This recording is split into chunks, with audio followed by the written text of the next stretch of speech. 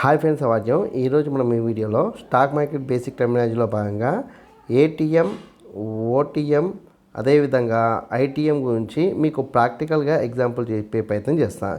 వీటికి సంబంధించిన డెఫినేషన్స్ చెప్పినా, కాకపోతే మీకు ప్రాక్టికల్గా ఎగ్జాంపుల్ చూపిస్తే కనుక మీకు బాగుంటుందన్న ఒక ఉద్దేశంతో ఈ వీడియో చేయడం జరుగుతుంది. సో మీకు ఏటీఎం, ఓటీఎం, ఐటీఎం అనే దాని గురించి క్లియర్ కట్గా ఈ వీడియోలో ఎక్స్ప్లెయిన్ చేసే ప్రయత్నం చేస్తాను.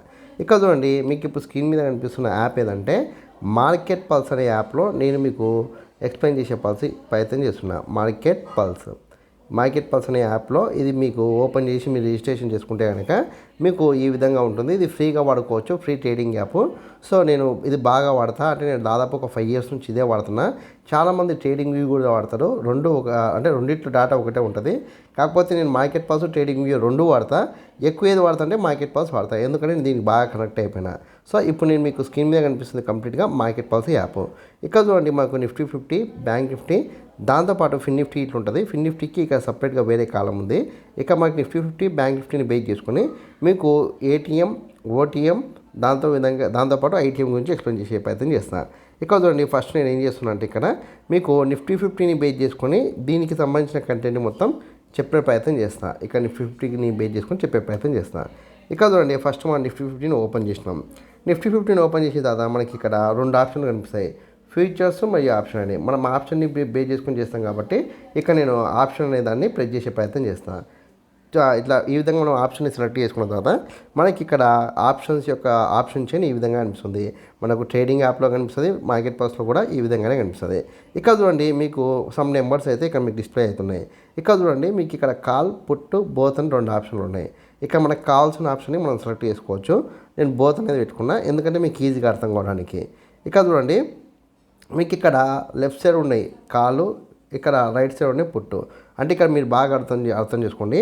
మీరు చూస్తున్న చూపుని ఆధారంగా చేసుకుంటే కనుక మీకు రైట్ సైడ్ ఉన్నది పుట్టు అవుతుంది, లేదా ఇక్కడ లెఫ్ట్ సైడ్ ఉన్నది కాల్ అవుతుంది. లేదు మేము ఇక్కడ ప్రజెంట్ ఉన్న నెంబర్ని బేస్ చేసుకొని చూస్తామంటే కనుక నెంబర్కి రైట్ సైడ్ ఉన్నది కాల్ అవుతుంది, లేదా లెఫ్ట్ సైడ్ ఉన్నది పుట్టు అవుతుంది.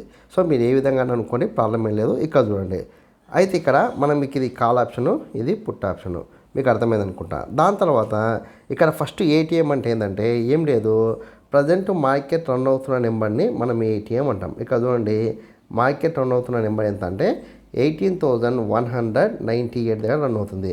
అంటే నియర్ బై 18,200 దగ్గర ఉంది కాబట్టి ఇది ఏటీఎంగా మనం భావించవచ్చు. సో అంటే ఇక్కడ సింపుల్ లాజిక్ ఏంటంటే మార్కెట్ ఏ నెంబర్ అయితే రన్ అవుతుందో అది దానికి సంబంధించిన ఏటీఎం. అంటే ఇప్పుడు మన లెక్క ప్రకారం ఏటీఎం అంటే ఏదంటే 18,200. దాని తర్వాత మీకు ఐటీఎం, ఓటీఎం విషయంలో ఇక్కడ మనకు రకరకాలుగా, అంటే కాల్ ఆప్షన్కి, పుట్ ఆప్షన్కి కొంచెం ఆపోజిట్గా ఉంటుంది. ఫస్ట్ మనం కాల్ ఆప్షన్ని బేస్ చేసుకొని మాట్లాడుకునే ప్రయత్నం చేద్దాం. ఇక్కడ చూడండి, ఇప్పుడు కాల్ ఆప్షన్ కావచ్చు, పుట్ ఆప్షన్ కావచ్చు, రెండింటికి ఏటీఎం ఏదంటే 18,200. ఫస్ట్ ఇక్కడ కాల్ ఆప్షన్కి సంబంధించి ఐటీఎం ఏదంటే ఇక్కడ ఉన్న చూసిందా 18,200కి అవతల సైడ్ ఉన్న నెంబర్స్ కాల్ ఆప్షన్కి సంబంధించి ఐటీఎం అవుతాయి. ఓకేనా. దాని తర్వాత 18,200 తర్వాత ఉన్న యువతల సైడ్ ఉన్న నెంబర్స్ ఏమవుతాయంటే ఓటీఎం అవుతుంది. అర్థమైందా?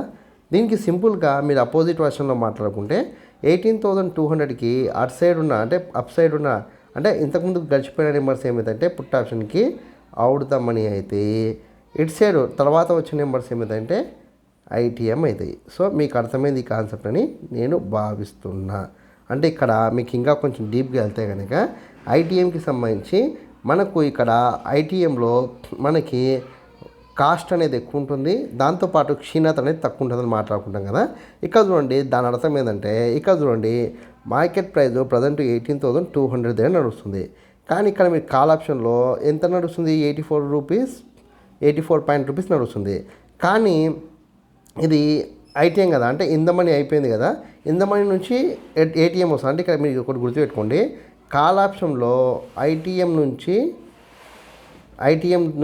ఐటీఎం అనేది ఏటీఎంగా మారుతుంది. అంటే ఇక్కడ చూడండి, సపోజ్ ఒక పర్సన్ 18,100 సిఈ తీసుకుంటాను అనుకోండి, 18,200 వరకు వచ్చింది, అంటే అది ఎడదమని అయింది. అంతకుముందుకు ఐటీఎం ఉండే, ఐటీఎం నుంచి ఏమైంది, అది ఎడదమని అయింది. సో ఈ విషయాన్ని గుర్తుంచుకునే ప్రయత్నం చేయండి. అంటే ఇక్కడ చూడండి, మీకు ధర ఎక్కువ ఉంటుంది. అంటే ఇక్కడ చూడండి, అంటే ఇక్కడ ఏటీఎంతో పోలిస్తే మనకు ఏ ఆప్షన్లో కాల్ ఆప్షన్ అయినా పుట్ ఆప్షన్ అయినా ఏటీఎంతో పోల్చినప్పుడు ఐటీఎం యొక్క కాస్ట్ అనేది ఎక్కువ ఉంటుంది, క్షీణత అనేది తక్కువ ఉంటుంది. కాస్ట్ అంటే ధర, క్షీణత అంటే మనకు తగ్గుతుంటే చూసిన రేటు, దాన్ని మనం క్షీణతగా మాట్లాడవచ్చు. అంటే ఇక్కడ మీకు ప్రాక్టికల్గా అర్థమవుతుందండి. ఇప్పుడు 18,200 అనేది ఏటీఎం కదా, ఇక్కడ 18,100 18,000 అనేది దానికి సంబంధించి కాల్ ఆప్షన్కి సంబంధించి ఐటీఎం కదా. ఇక్కడ చూడండి మీకు ప్రైజెస్ అనేది ఎక్కువ ఉంటుంది. ఇక్కడ చూడండి 18,000 అనేది 227 నడుస్తుంది, 18,100 అనేది 142 నడుస్తుంది, 18,200 అనేది 79 నడుస్తుంది, 18 నడుస్తుంది. సో ఇక్కడ చూడండి మీకు కాస్ట్లో తేడా అనేది ఉంటుంది. ఇక్కడ క్షీణతతో చూస్తే కనుక ఇక్కడ మీకు స్టార్టింగ్లో ఉన్నాయి కదా, వన్స్ మార్కెట్ పాజిటివ్లోకి వచ్చినాయి కాబట్టి ఒకవేళ తగ్గినా ఎక్కువ మొత్తంలో తగ్గడానికి స్కోప్ ఉండదు. యువతలు ఉన్నాయి చూసినా, దాని తర్వాత ఒకవేళ మార్కెట్ ఇంకా కంటిన్యూ అవుతుంది 18,300కి వెళ్తుందని ఒక పర్సన్ అనుకున్నప్పుడు ఇది ఏమైతే 18,300 అనేది అవుడదామని అవుతుంది. ఒక పర్సన్ డబ్బులు తక్కువన్నప్పుడు అతను 38 రూపీస్కి ఇక్కడ పర్చేజ్ చేసిండు ఒక 1 లాట్. అయితే దానికి అతనికి ఒక 2,000 రూపీస్ అని అనుకోండి, అతనికి మార్కెట్ ఈ విధంగానే కంటిన్యూగా పెరుగుతూ 18,300కి వచ్చింది అనుకోండి, అప్పుడు అవుడదామని ఏమవుతుంది ఏటీఎం అవుతుంది, ఏటీఎం ఏమవుతుంది ఐటీఎం అవుతుంది. సో ఈ విషయాన్ని గుర్తించండి, అర్థమైందని నేను భావిస్తున్నాను. అదేవిధంగా పుట్ ఆప్షన్కి అప్లై చేద్దాం. పుట్ ఆప్షన్కి అప్లై చేస్తే ఇది ఏటీఎం. అదేవిధంగా పుట్ ఆప్షన్కి వచ్చేసి మీకు 18,300 అనేది ఐటీఎం అవుతుంది. ఏమవుతుంది ఈ 18,300 18,400 ఇవన్నీ ఏమవుతాయంటే ఐటీఎం అవుతాయి. ఏమవుతాయి ఐటీఎం అవుతుంది. 18,100 18,000 ఇవన్నీ ఏమవుతాయంటే మీకు ఓటీఎం అవుతుంది. సో ఈ విషయాన్ని గుర్తించండి.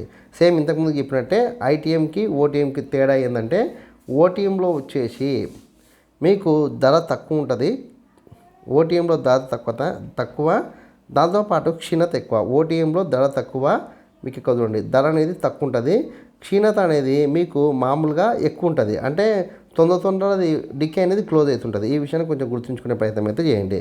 అంటే మీకు ఇంకా బెస్ట్గా అర్థం కావడానికి చెప్తామండి.